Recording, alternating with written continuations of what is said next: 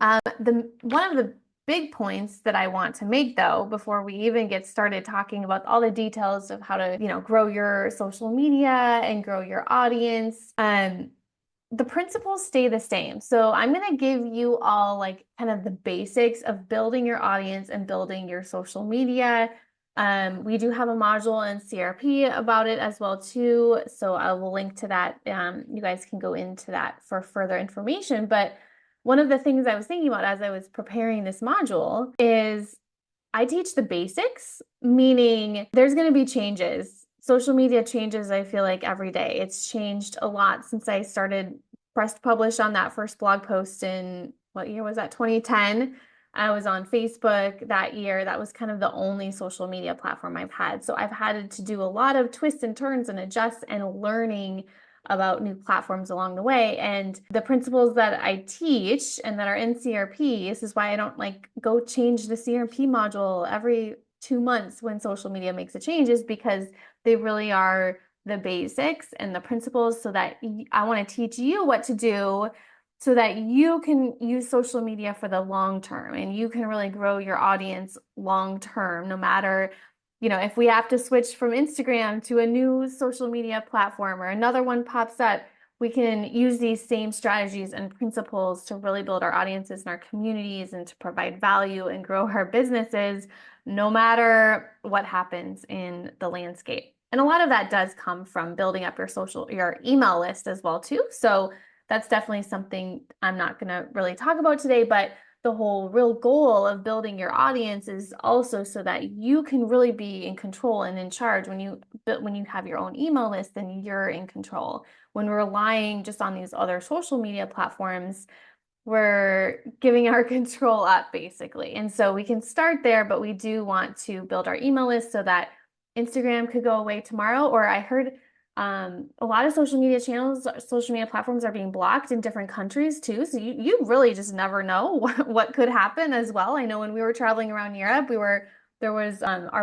did have some trouble with our websites here and there, and sometimes certain websites we couldn't see, being in other parts of Europe as well too. So you just never know what could happen in the future. And so playing it safe and having your own email list is a very, very good idea. So I will put some notes in the chat for those of you who are here live with me. If you have any specific, social media questions on the top of your mind or growing your audience questions, feel free to post those in the comments. I will have time to help you all out today and to answer some questions for you. First of all, I want to make sure I'm sharing the right document with you. Okay, I am. I had a moment where I'm like, I have a lot of Google Docs. I don't want to be sharing something that was for like something else or whatever. So, okay. So Esther says most of my followers are on Facebook, but I love Instagram right now. That's right. Oh, so Esther, most of your followers are on your personal Facebook profile, or do you have like a business page set up?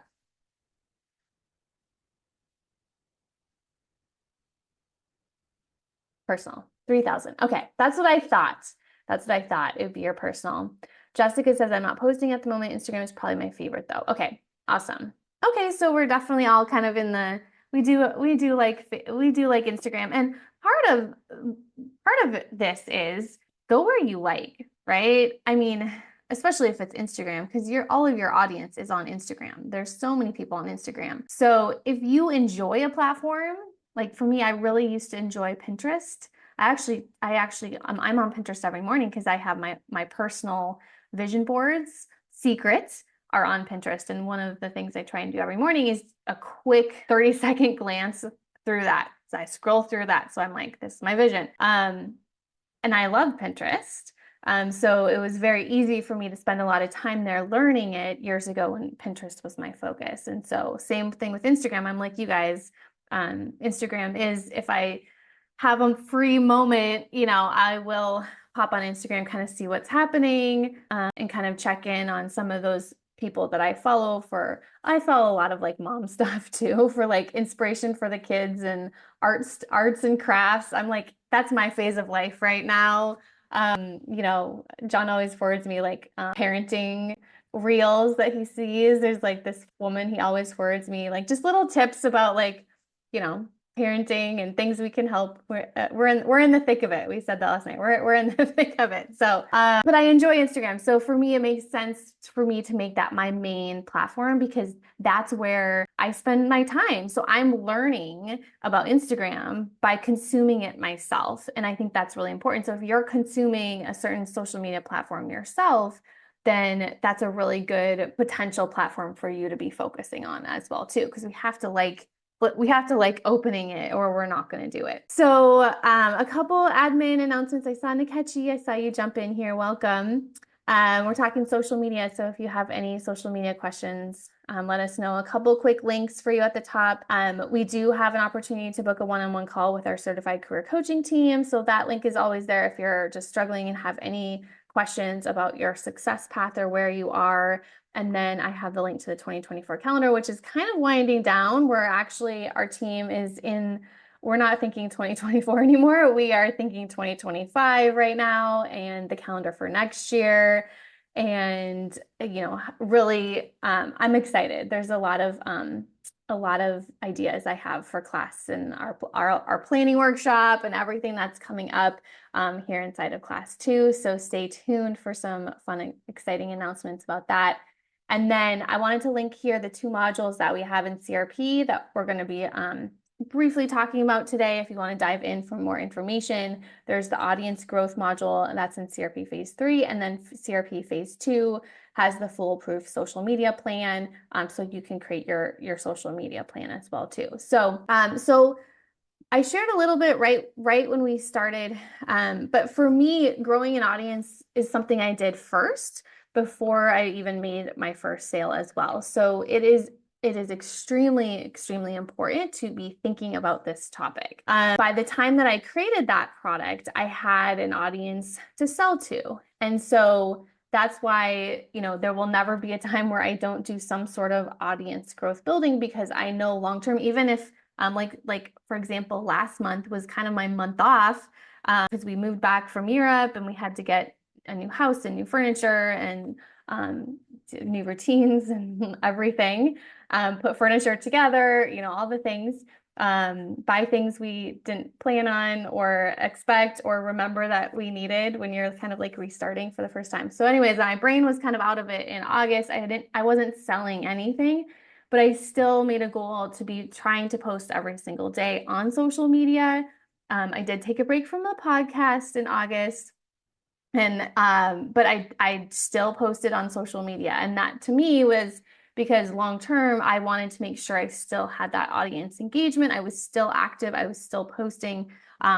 So that's how important it is. Even if you're not selling anything right now, be thinking the future of like, how can I really start to build up that audience right now, so that when you are ready to start to make those sales, to start to create your email list, to start to do sales calls, really you want to go all in. Maybe there's a day where I know this has happened too, where someone has to find a new job really fast or make some additional income to pay for something, right? Like there might be that time that comes up. And so if you have the audience already, you can quickly put a flash sale together, 48-hour flash sale, and start to bring in some sales and start to generate some revenue as well. So this really is having an audience is really a great kind of backup plan if you have another side job as well too, just to kind of start to be building the audience, so you have people who already know, like, and trust you when you do make that sale, or you do open up cart if you're doing like an open close and a cart close, open close. So building the audience, you can really start with the either written content, audio content, or video content. So that's kind of like the 3 main types of content. And once, just like we said about picking your favorite social media platform, you definitely want to be picking your favorite way to communicate to your audience. So when I first started, I just did blogging. I just did writing. I had no videos. I had no screen to camera. I didn't even have my picture or my name on my blog. So it was just written content, and I was able to grow an audience just through written content. These days, you can also just do written content on social media too. One thing I love doing is carousel posts, which are those Instagram posts where people can just slide through and it's just text. And so for me as a writer, that's really nice. I can just kind of create text and people can slide through and they can read that content. Or I post a picture and I can write content with that picture. So if you like to write, you can definitely do that on social media. Another type of content is just audio content. And so this worked great for me over this last year. I focused strictly on my podcast, on audio content, because we were traveling a lot. I didn't really have a great background. I didn't often have doors in our Airbnbs that would lock, unfortunately. So I just was never comfortable really doing live videos as much, or I was never comfortable really doing too much. I didn't have the time to really batch enough like video content or anything like that because I just needed to be flexible basically. And so I found recording audio was a really good way to do that. I didn't have to do hair and makeup. I didn't have to have a good background. I really could just I could read like things that I had written and I could get up a podcast. And so the audio is great if you like to talk, if you don't want to worry about hair and makeup or looking good or your background or anything like that. A podcast is a great thing to do. You can also take your audio and then you can put it to like video or pictures and kind of create reels on social media, on Instagram as well with that too. So there's a way where it's just like you talking can start to create audio or videos too. That's kind of next level. And then the third type of content is video. And I know a lot of you just like to turn on that camera and talk. And you should, because you are an expert, you know a lot of stuff, and you shouldn't even worry about writing stuff. You shouldn't even worry about a podcast. Like, we want to see your face. We want to build a trust and a relationship with you in person. As soon as I put my face out there, because like I said, I was anonymous for 6 months, and I finally put my face out there and I introduced myself on my blog. And then it was like the next day I got invited to a speaking event across the country, and it was awesome. And it was super exciting. I got to go to it, but it wouldn't happen if I didn't put my face out there, because this girl never would have invited me to speak to her group if she didn't have that trust and relationship with me. If she didn't actually, oh, okay, this girl knows what she's talking about. She can write, but can she actually speak? Can she actually talk? Well, is this a real person, who's just writing anonymously? Who is this person really? So it is very important to put your face out there, to put your video out, turn the video on, start talking. Live video I didn't have that when I started. There was no option for live, but it's just a really good way to build that trust and relationship with your audience and just to get it done as well too. So this is just kind of one of those things that's on your calendar every single week to create that video, or you could batch it as well too. But right now, behind the scenes, I'm feeling like, because now I have an office, I haven't set up the background yet. As you can tell, it's blank.